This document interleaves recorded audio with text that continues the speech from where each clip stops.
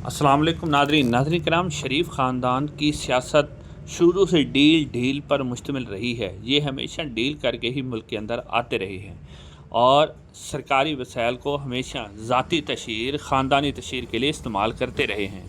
नाज़रीन कराम, ये जहाँ कहीं भी जाते हैं वहाँ अपने पूरे ख़ानदान के साथ जाते हैं। अभी आपने देखा कि जो बेलारूस का दौरा किया इन्होंने, उसमें पूरा ख़ानदान जो है, जिसमें नवाज़ शरीफ, शहबाज शरीफ साहब, मरीम नवाज़ साहबा सरकारी दौरे पर गई। लेकिन अफसोस का मकाम है कि इस सरकारी दौरे को, यानी जो आवाम के टैक्स का पैसा है, उसके ज़रिए मरीम नवाज़ साहबा ख़ास तौर पर अपनी वो खुफिया बेटी, जिनके बारे में लोग जानते ही नहीं थे, जिनका नाम ही लोगों को मालूम नहीं था, उनके लिए उनको भी साथ ले गई और अपने भाई को भी साथ ले गई और बड़े फ़ख्र या अंदाज में वो अपनी बेटी जो हैं महरुन्निसा, उनका तारुफ भी करवा रही थी और उन्हें बेलारूस के सदर से मिलवा भी रही थी। नाज़रीन कराम, ये जो मंज़र आप स्क्रीन पे देख रहे हैं, ये पाकिस्तान और पाकिस्तान की खारजा पॉलिसी, पाकिस्तान की सालमियत और पाकिस्तान की जो ख़ुद मुख्तियारी है, उसके लिए बैसे शर्म है। नाज़रीन कराम, मरीम नवाज़ साहबा किस तरह अपनी बेटी महरुन्निसा को, जो कि उनकी बेटी हैं, सरकारी पैसे पर, यानी उनकी प्रमोशन कर रही हैं, उनकी तशहीर कर रही हैं और बड़े शर्मनाक अंदाज में पाकिस्तानी अवाम को बताया जा रहा है कि तुम हमारे ग़ुलाम हो। ये देखो, अब हम ही नहीं बल्कि हमारी तीसरी नस्ल भी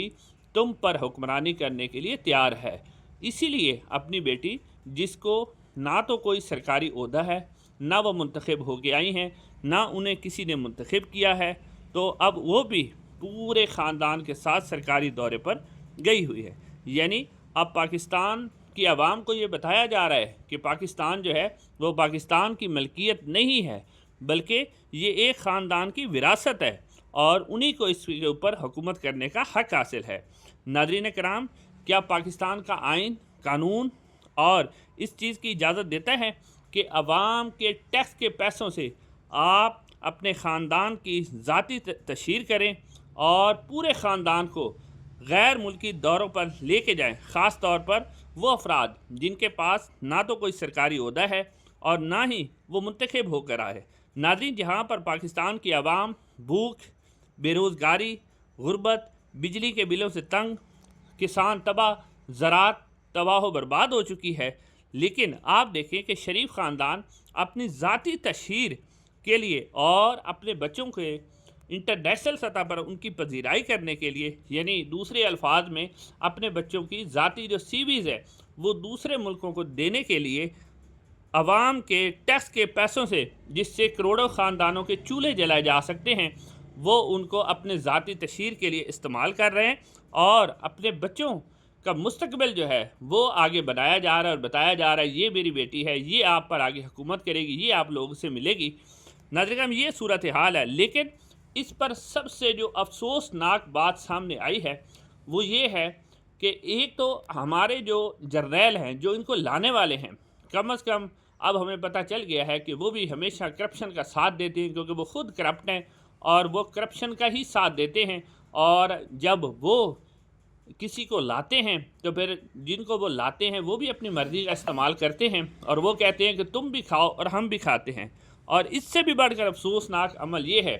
कि हमारा मीडिया, अब आप देखें हमारा मीडिया जो कि ख़ानदानी सियासत के बारे में बड़ी गुफ्तगू करता है। अभी आपने देखा कि जब अलीमा ख़ान साहबा